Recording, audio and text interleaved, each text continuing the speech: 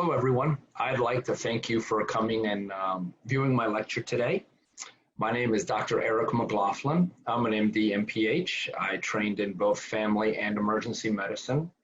I am a fellow of the American Academy of Family Physicians and the Australian College of Rural and Remote Medicine, where I also completed my fellowship in rural and remote health. Wearing kind of two hats today as I begin to speak about public health and delivery of healthcare system strengthening and augmentation in rural areas, we're going to explore a project I recently had the privilege of working on, designing and implementing a COVID testing and contact tracing program in rural America. This was a great project and a privilege to work with.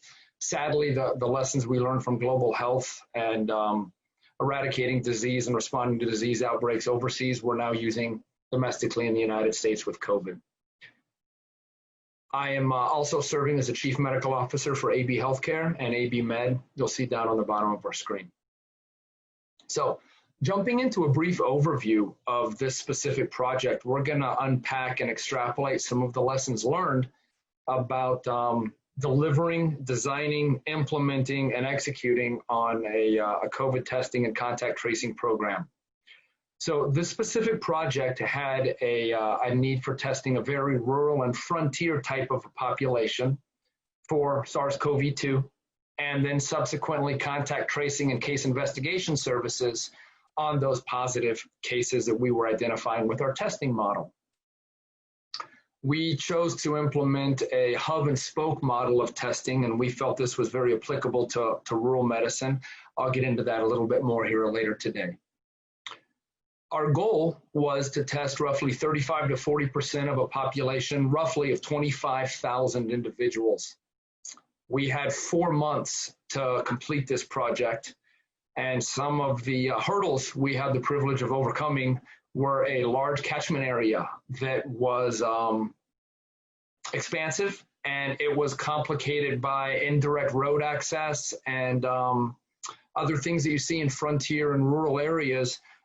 Lack of infrastructure and lack of connectivity. We also had multiple stakeholders, a large number of stakeholders involved in this project that required a lot of bridge building and liaison work.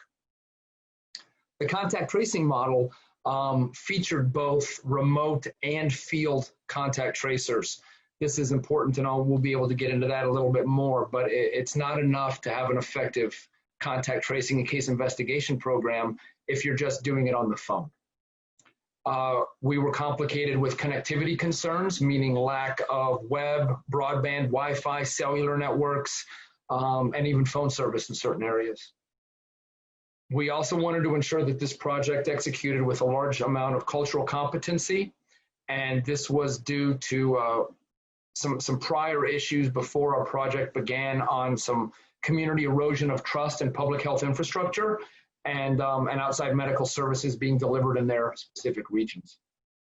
So that was a brief overview of the project that we took a lot of this information out of and are now hopefully able to share it with individuals like yourselves who may have a need to implement or execute on a program like this.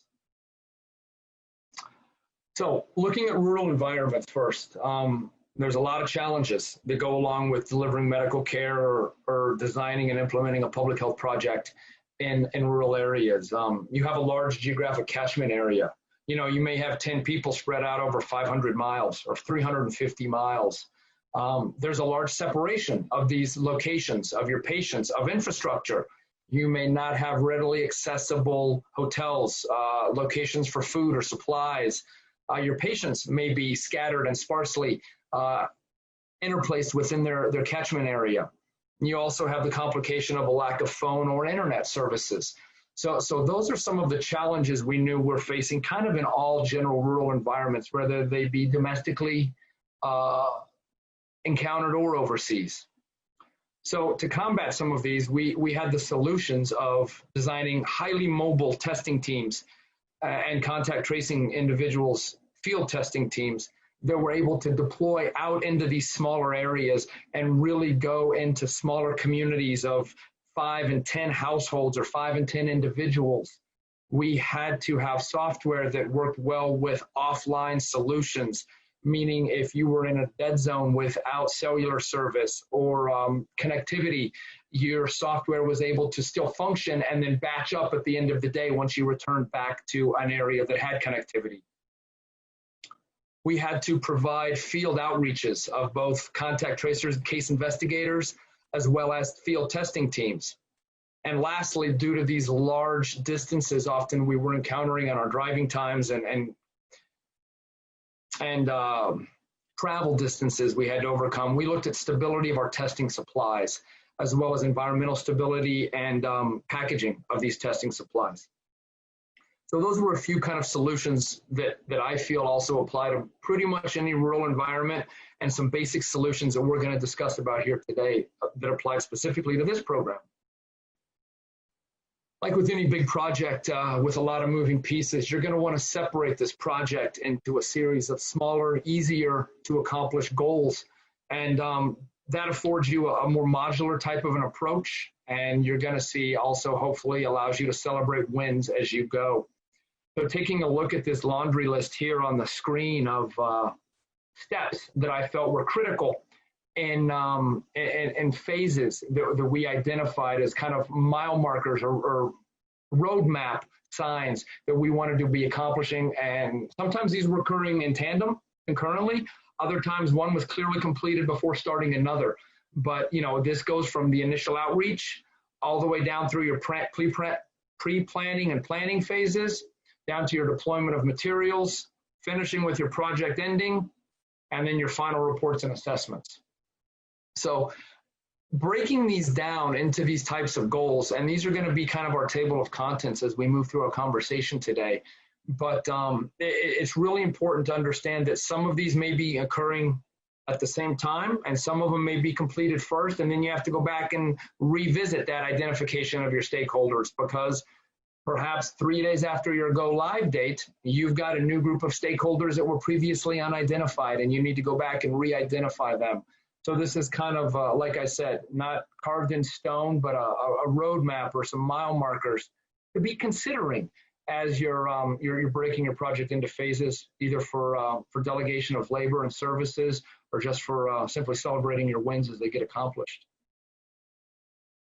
So looking at our first phase, this is typically the initial outreach. This can come in a variety of methods, either via client outreach to your facility or your organization, or whether your organization's out prospecting for new clients. There's a lot of ways you can come in contact and identify this need. For us, this was a client outreach specifically to us for some assistance on providing exactly one of these types of programs. Early on in that initial outreach phase, it's very critical to work to establish who your key contacts are.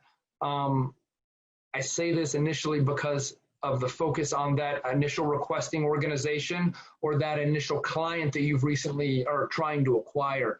So really knowing and understanding who your key contact points are within that organization or that entity are vital. And oftentimes you're going to have multiple contacts that are going to be able to assist with different needs: IT, contracts, legal support, operational, clinical. So really getting a good laundry list of those people established early and utilizing them appropriately to move into your data gathering phase. From our side, it was critical that we involved early relevant personnel. For us, that involved our sales team, that involved our operational team, and that involved the subject matter experts, our physicians and public health experts, epidemiologists, to really ensure that they were from ground level zero working appropriately with our client and that patient population to begin developing that plan that was going to be comprehensive and really hit those goals. So moving on to the identification of those key stakeholders. As I said before, that organization that's requesting services or that new client that you've prospected is one of the key stakeholders. The other one that I want to suggest is, of course, that patient population. And dealing with more rural communities, you really need to start identifying that patient population early and include any relevant subgroups. This can involve, the population as a whole, as well as any special higher risk subgroups such as elderly, people with comorbidities or prior medical conditions that may put them at an increased risk for COVID-19 severity or complexity with their illness. And you also need to look at those barriers to testing that people may have. Again, it's going to come back to connectivity and access. Do those individuals have email access, and do they have web connectivity? Do those individuals have phone access? Are they able to get transportation to a hub testing site or a remote testing site that may be 8 miles down the road? Are they able to get into a larger town that may be 25 miles down the road? Are you going to have to go to them? So really understanding those physical geographic barriers to testing is a key component. Also, it's good when you're working with your key stakeholders in that requesting organization. It's very important to ask about how the community's perception is of the healthcare system in the region. Is there a good working relationship? Are the people going there happily for their medical care? Are they unhappy with the current situation?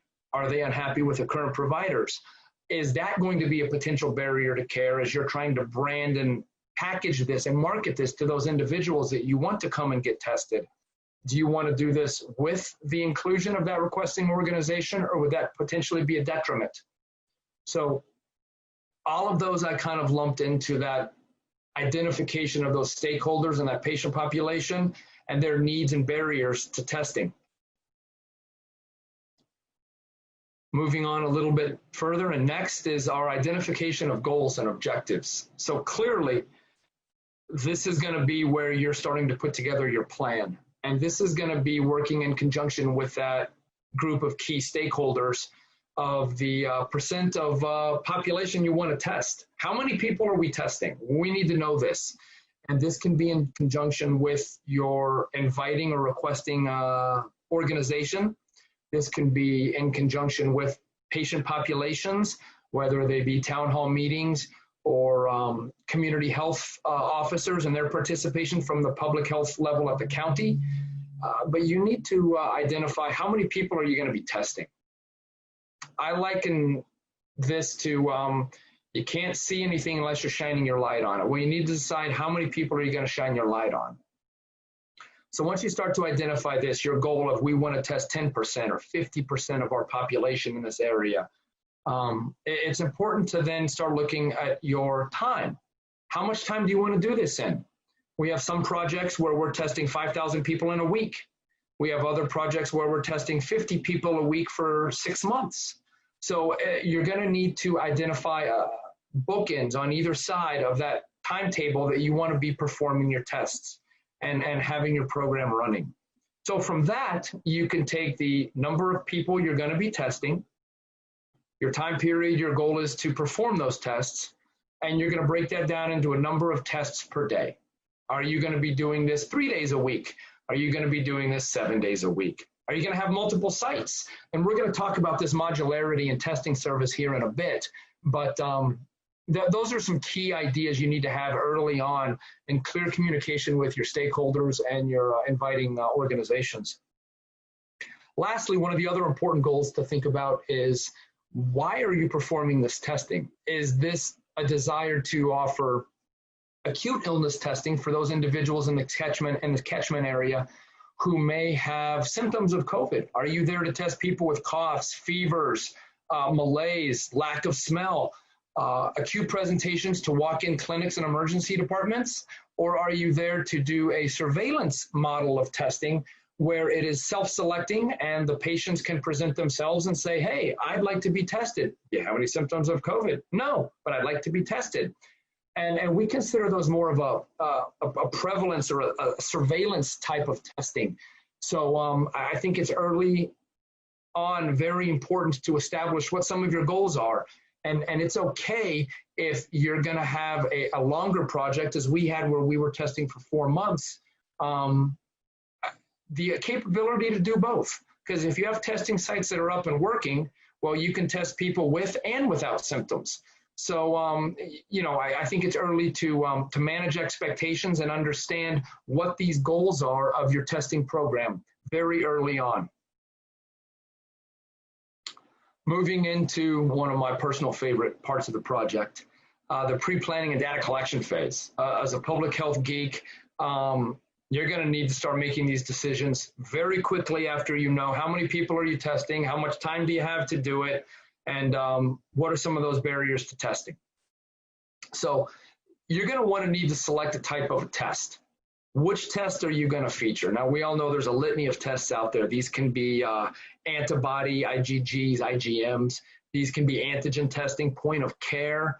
These can be NAAT PCR swabs or saliva tests. But you're going to need to, again, go back and look at what is your goal of your testing program. Are you trying to detect seroprevalence? Are you trying to detect acute illness? So that's going to be a key component in selecting first, what type of test are you going to be doing? I'd also think that it's very important at this phase to look at the type of testing you're selecting based on throughput of your testing centers.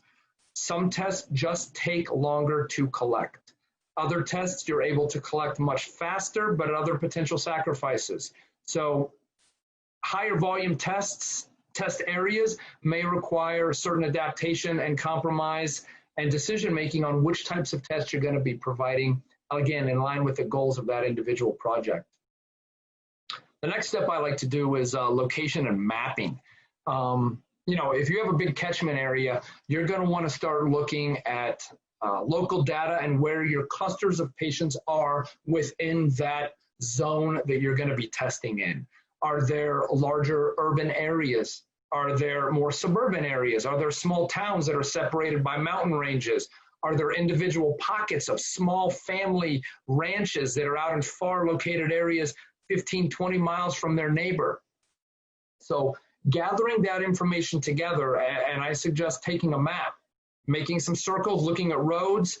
I do this with a GIS type of an application, and you'll start to see with heat maps you can develop about where there are clusters of people and how you're going to be able to access them and how they can access your locations for potential testing sites.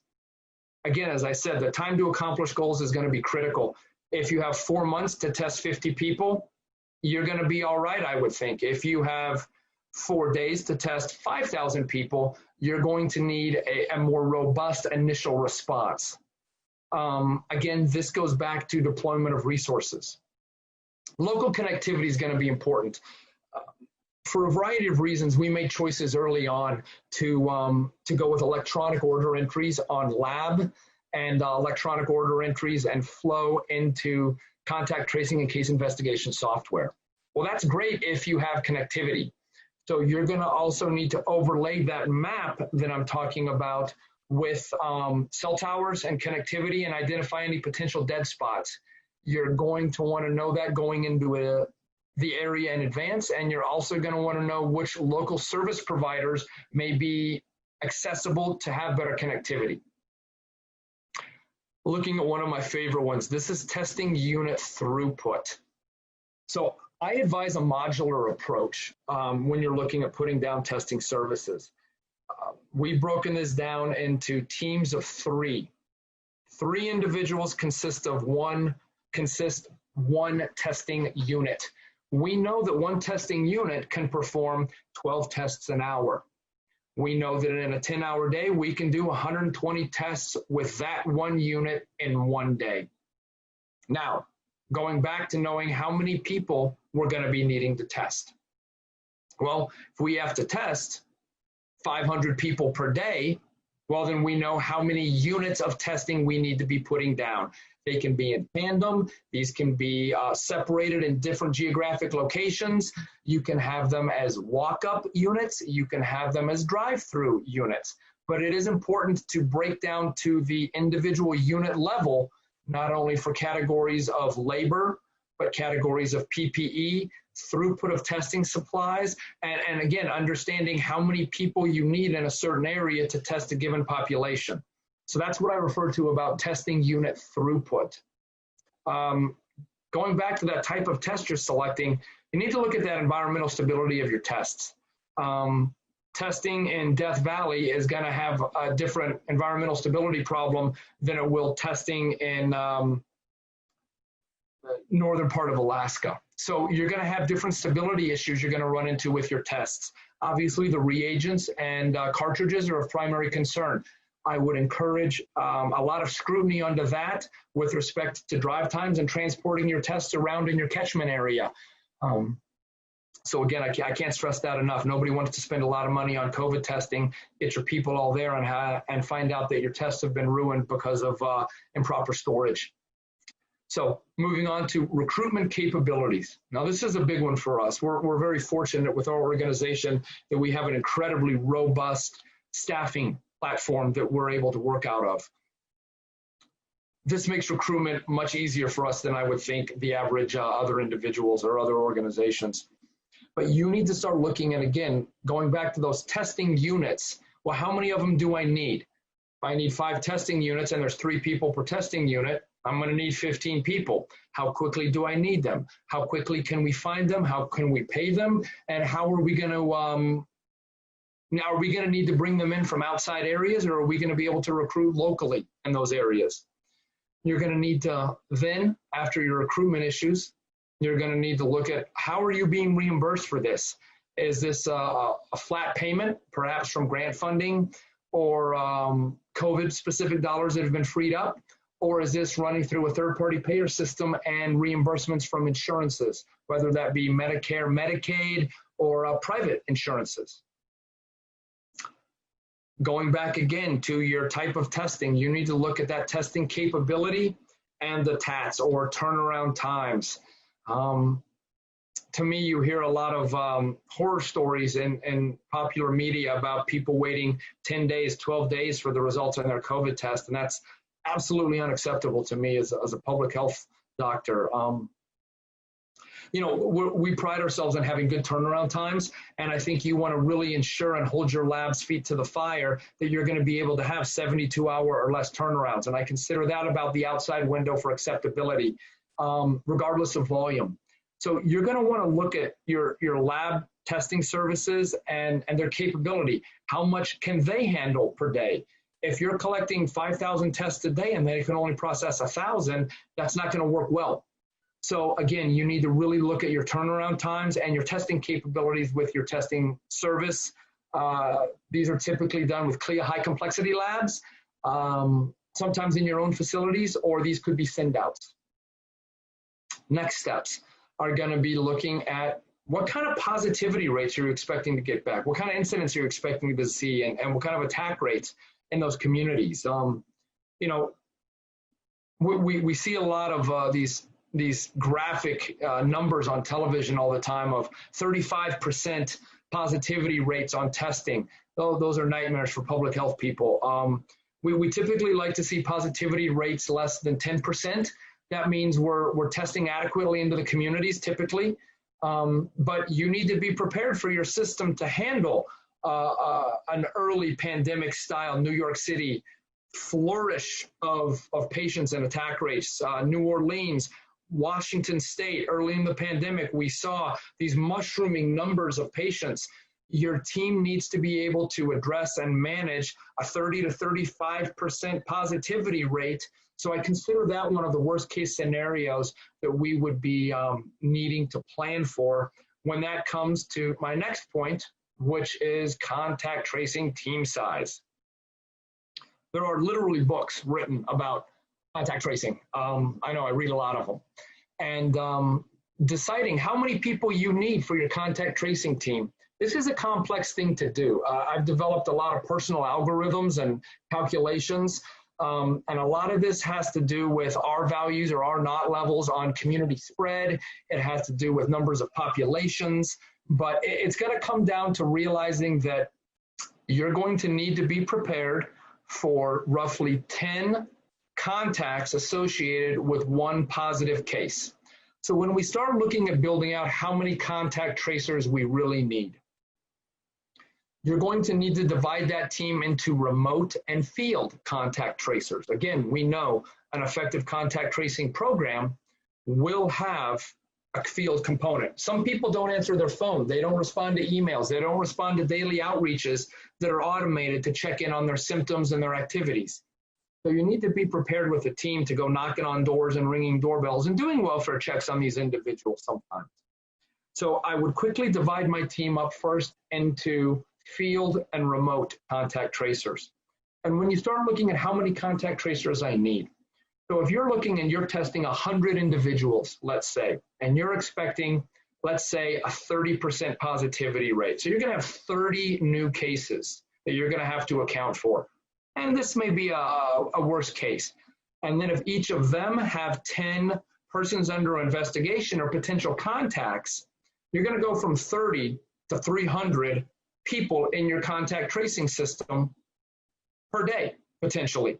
So you need to have that flexibility and that responsiveness to handle that surge as you're uncovering more cases, especially if you're the first one running that contact tracing and testing program in that region. Lastly, a few words on the field contact tracing teams. We typically see about 15 to 20% of all individuals that are in a contact tracing or case investigation algorithm unable to complete their 10 or 14-day period of observation. That number is where we take the required number of expected field contact tracers, begin to deploy out into the field and start knocking on doors and doing these welfare checks on individuals to see if we can get them redirected back into our automated contact tracing program. Lastly, you're going to need to start looking at what kind of training are you going to need to organize for your teams. You know, cultural competency is going to be a big one, perhaps knowledge of local indigenous people and Native American tribes. This could also be understanding of certain cultural differences in the region, but you're going to want to have your team trained competently and culturally for the region you're working in. You're going to want to make sure that your team understands on the contact tracing side what their scripts look like, how they're branding their initial outreaches. Hi, this is Eric, and I'm calling from what organization as a contact tracer? Or you're going to need to also explore training for them on test collection for your field testing teams as they understand how they can't collect their samples, how they're entering in their electronic ordering. So you're going to really want to make sure your team begins their training early and start identifying those resources as quickly as possible. Moving into the formal planning phases now, you're going to want to make sure you know where the heck are you going to be testing. So now that map that you've done in your pre-planning phase, that's going to be great. And if you've done your work right, you should start to see these collections of people. And again, I spoke earlier about that hub and spoke model. So we've had good success with the idea of putting down a hub testing team. And that hub testing team may operate on a 5-day-a-week or a 7-day-a-week schedule in a more populated area. But it's important to have an outreach team that is able to go and drive to those more remote areas 5 or 7 days a week and really bring that testing into those rural communities, thus eliminating those barriers to care and eliminating barriers to testing that those individuals may have just because of geographic distances that they have to go to get into that hub testing site. So again, we want to be all about eliminating those barriers to testing. Now at this point, you should have the information you need to determine, well, okay, how many tests are we going to be doing per day, per week, per month, and in which sites? If we have a small population of 100 people, well, we could probably test them in 3-4 days, and then we can circle back every week. I call it a mail route, where you're circling around in the community, kind of roving from town to town or site to site or region to region, testing into that population and then circling back a week later. But that should be able to give you an idea of your hub testing sites and how many people you're expecting in that region, and then as well, how many people you're going to be expecting to be testing and you're doing your outreaches. How many testing units are required at each site? Well, if you're doing an outreach to a large community of several hundred or several thousand people, you're going to want to put down a large number of testing units. Again, knowing that modularity and that one unit, how many can that group do in one day? That's going to be critical because on your hub sites, if you're expecting a large number of patients there, you're going to want to put down potentially 2 and 3.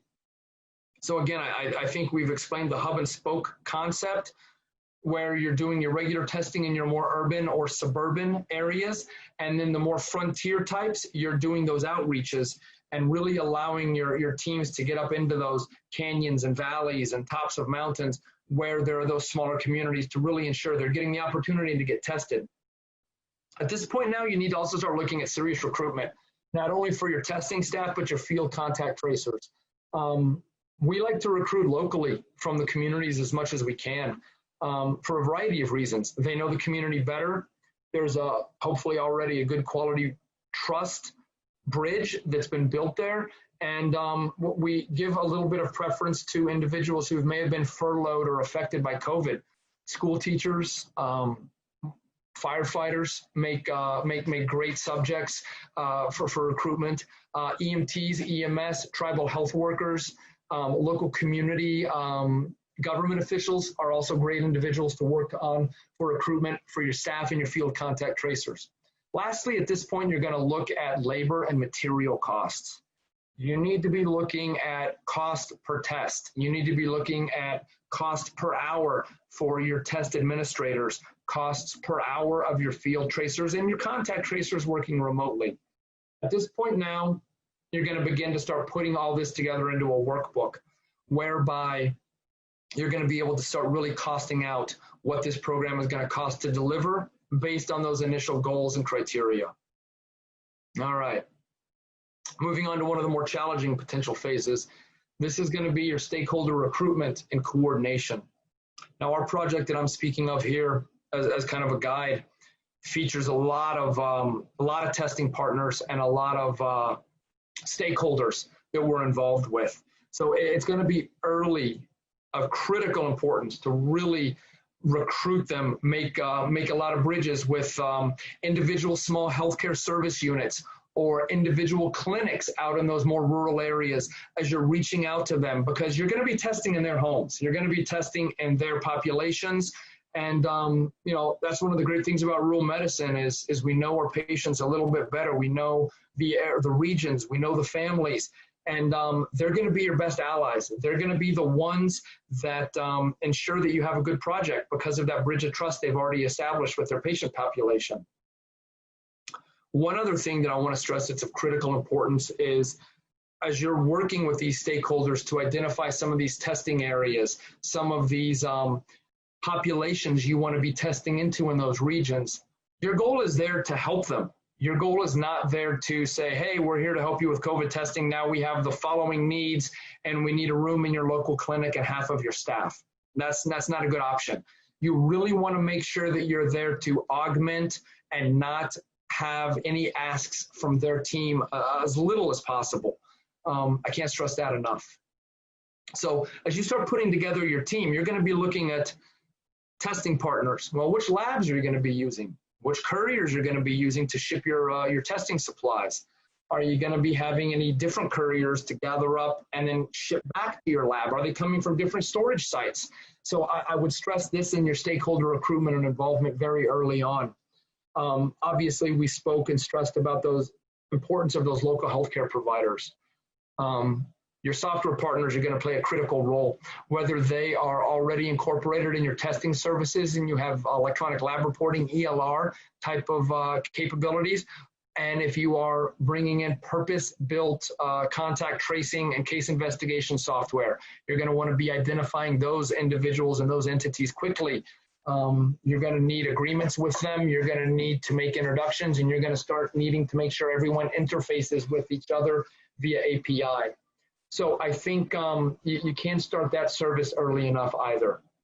Lastly, critical in your key stakeholder recruitment and coordination is going to be the county or state public health agencies. COVID testing is a mandatory reporting, and you're going to want to make sure that you have good, clear communication with those individuals. Also, as a courtesy, I think it's important to do outreaches to county and state public health agencies and let them know, if you're not working with them already, hey, this is what we have planned in your area, and wanted to collaborate. Obviously, the sharing of PHI, we're going to get into a little bit more here, but you want to make sure you're doing that within those boundaries. However, collaboration with your county and state public health agencies is going to be critical for a successful program. Contracts and agreements. So I'm a public health doctor, not a public health lawyer. This is a challenging section, and I encourage everyone looking at these types of services to not underestimate the length or complexity of these. And for us, I found this centered around data sharing and movement of PHI. So I'm going to give the very real life example of a patient gets tested, and you collect consent from that patient to test. But do you have consent from that patient to share with a contact tracing service? Do you have consent from that patient to share the test with their primary care physician or the county public health officers? So I think obviously we know about mandatory state reporting for communicable diseases and how COVID falls under that, but those data sharing agreements and that PHI movement is complex, and it needs to be addressed early. And don't underestimate the amount of time that you're going to be spending on this. So I suggest identifying those key stakeholders, and by now you should have a really good idea in your project workflow of who's involved, who's going to want to participate, and what information you're going to need to move around and to who. And then at this point, it's a matter of connecting the dots. You know, you've got pins on a board and you're using string to connect them. All right, well, are we allowed to flow information from the test results into the contact tracing? Well, let's say somebody needs a test from contact tracing. How do we flow that information back to the field testing team so they can go and perform that test? So you really have this complex web you need to connect together with some use of release of information and data sharing agreements, as well as PHI and patient consent forms, really. And I'm a big believer in informed patient consent, and I can't stress that enough. I highly encourage you to explore using your releases of information and patient consent at the point of test collection. That way you really ensure compliance across the board from that point onward. It's also important during this time, as you're making these agreements together with all these various entities, to explore really in detail your scope of work and your workflow documents. I'm a fan of flowcharts, so I like creating these elaborate charts that show, all right, the patient enters the testing area, and then they're going to go into the following choices. Are they in our testing criteria or not? And then they have a positive test, and where does that go? And who gets notified? And when does the patient find out about their positive test, and by who? So I think it's very important at this stage, in conjunction with developing these scopes of work and these business associated agreements, to really start to get granular on your flowcharts and elaborate on that workflow so that you can really follow the patient's journey through the system, both testing and contact tracing, case investigation, down to graduation of the program. Or you're looking at where their patient's data is flowing and where it needs to go. So those flowcharts are highly encouraged. Next, getting to starting to be to the good part now, where you're deploying materials and assets to the region. This is not complicated stuff on the surface. However, it is the devil's in the details, isn't it? This is the shipping of your testing kits and PPE.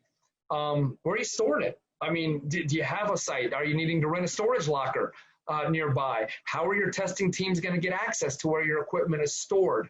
Are you testing in an existing clinic with one of your local health partners, or are you testing in their parking lot?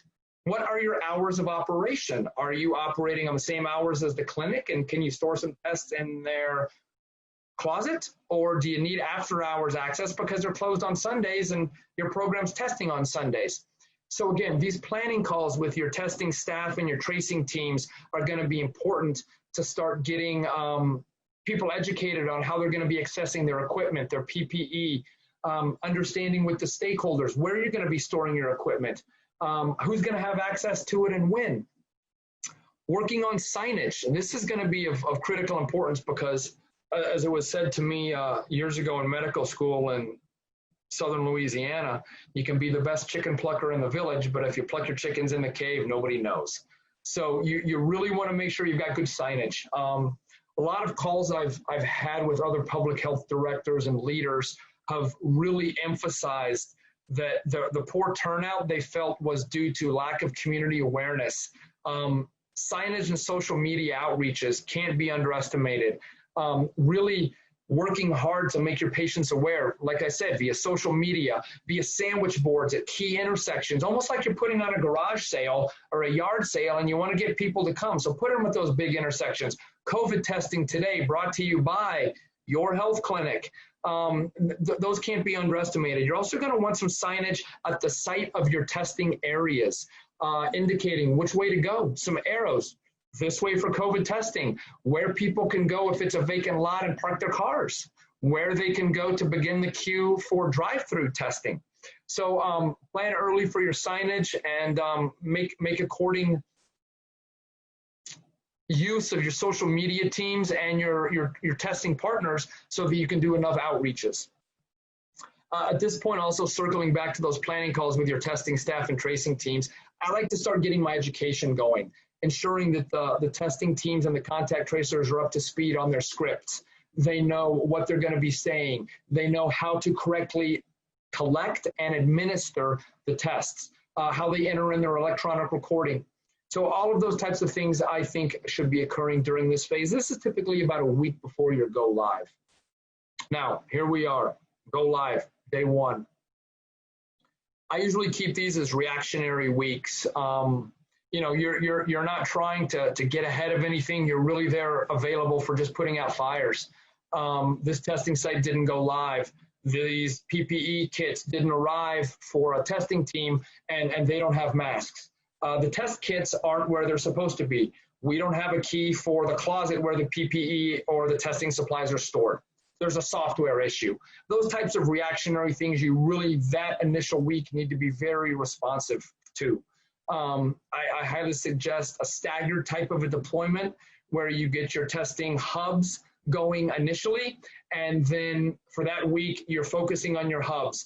The second week, I would start sending your outreach teams going out from those hubs into the communities, but you don't want to have all of that going unless you're absolutely needed to at one phase. Now, your ongoing surveillance.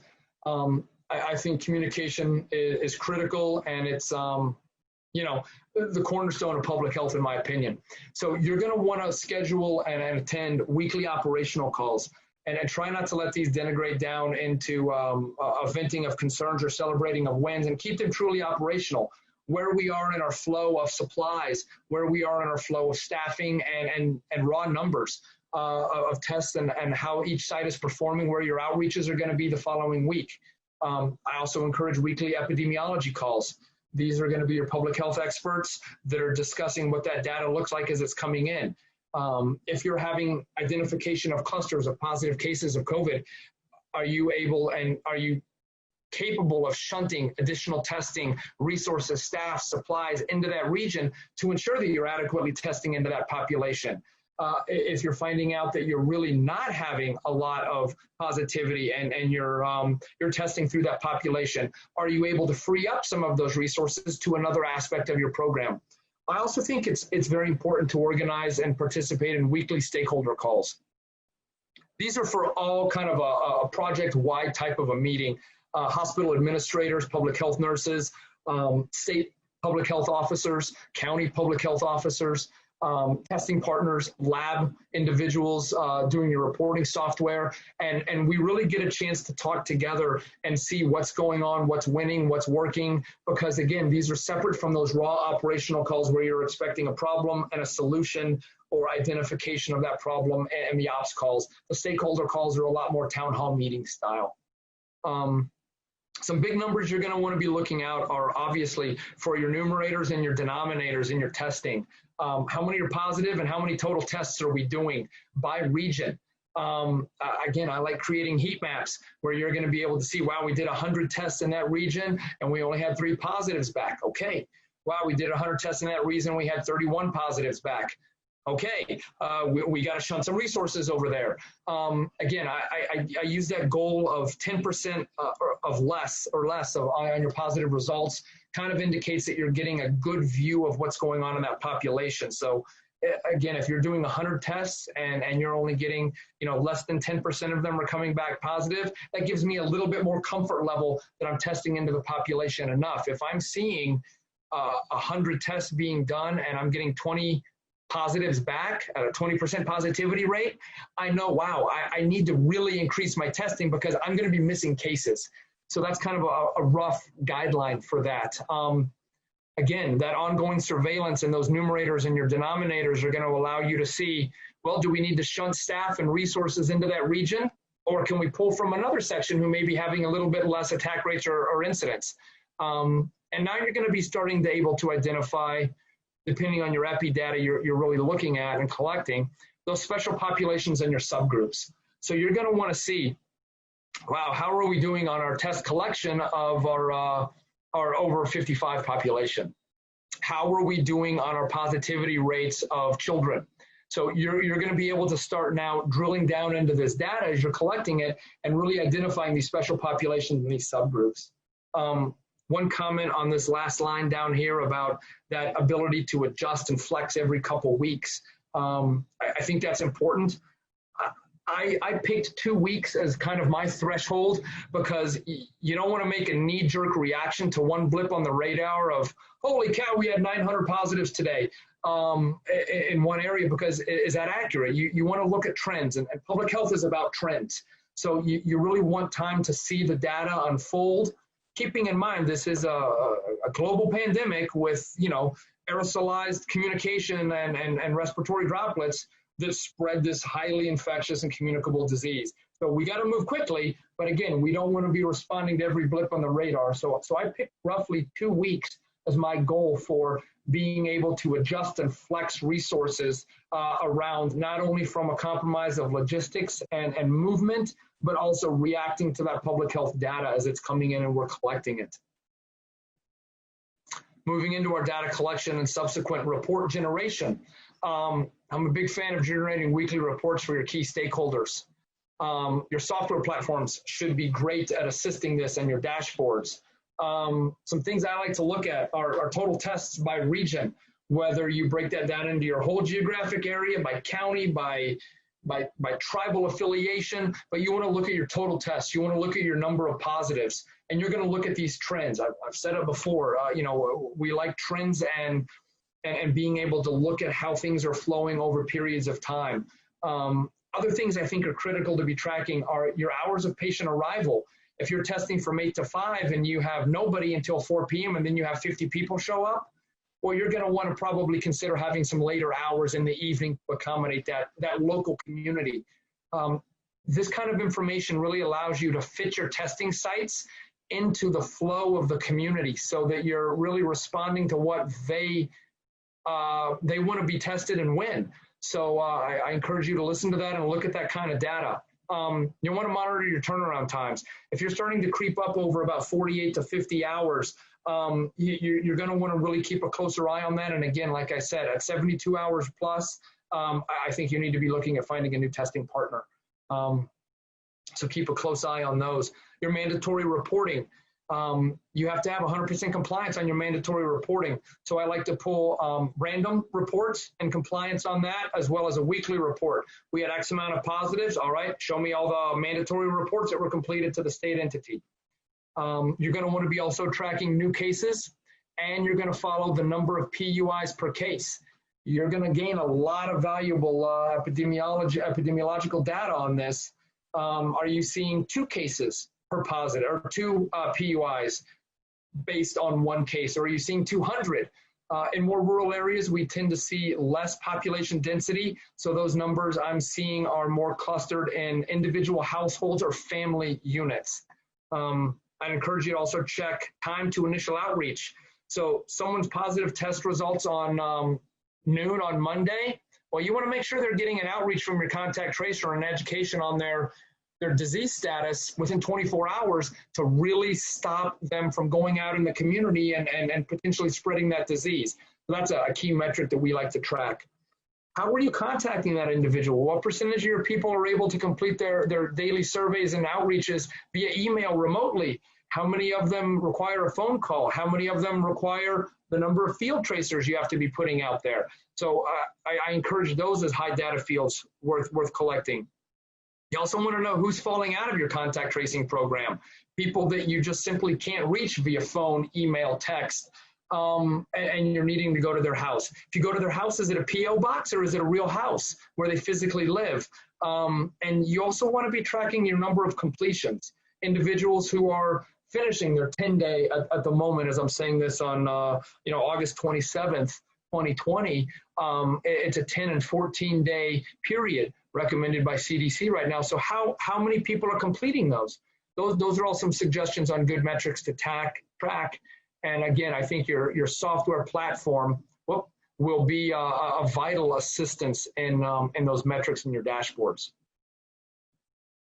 Continued reassessment and location of your services. This goes back to that data collecting. We have a saying in public health, if you're not counting it, it's not happening. Are you testing through the population? If you have a census number of 500 people and you've done 450 tests in that region, I feel semi-comfortable that we've got a good smear of the population under our banner. Are we seeing a drop in patients? Were we testing 100 people a day and now we're testing 2? Are we seeing just a real drop-off in positive cases? If we were having a 12% positivity rate, we increased our testing, and now we're down to less than 1% positivity. I think these are good indications that we're doing our job in that area. Now, considerations about when to reinforce. If you're seeing continued increased demands, day 1, day 2, day 3, you're seeing 50, 75, 100 people showing up each day, you're going to want to get more resources to that region.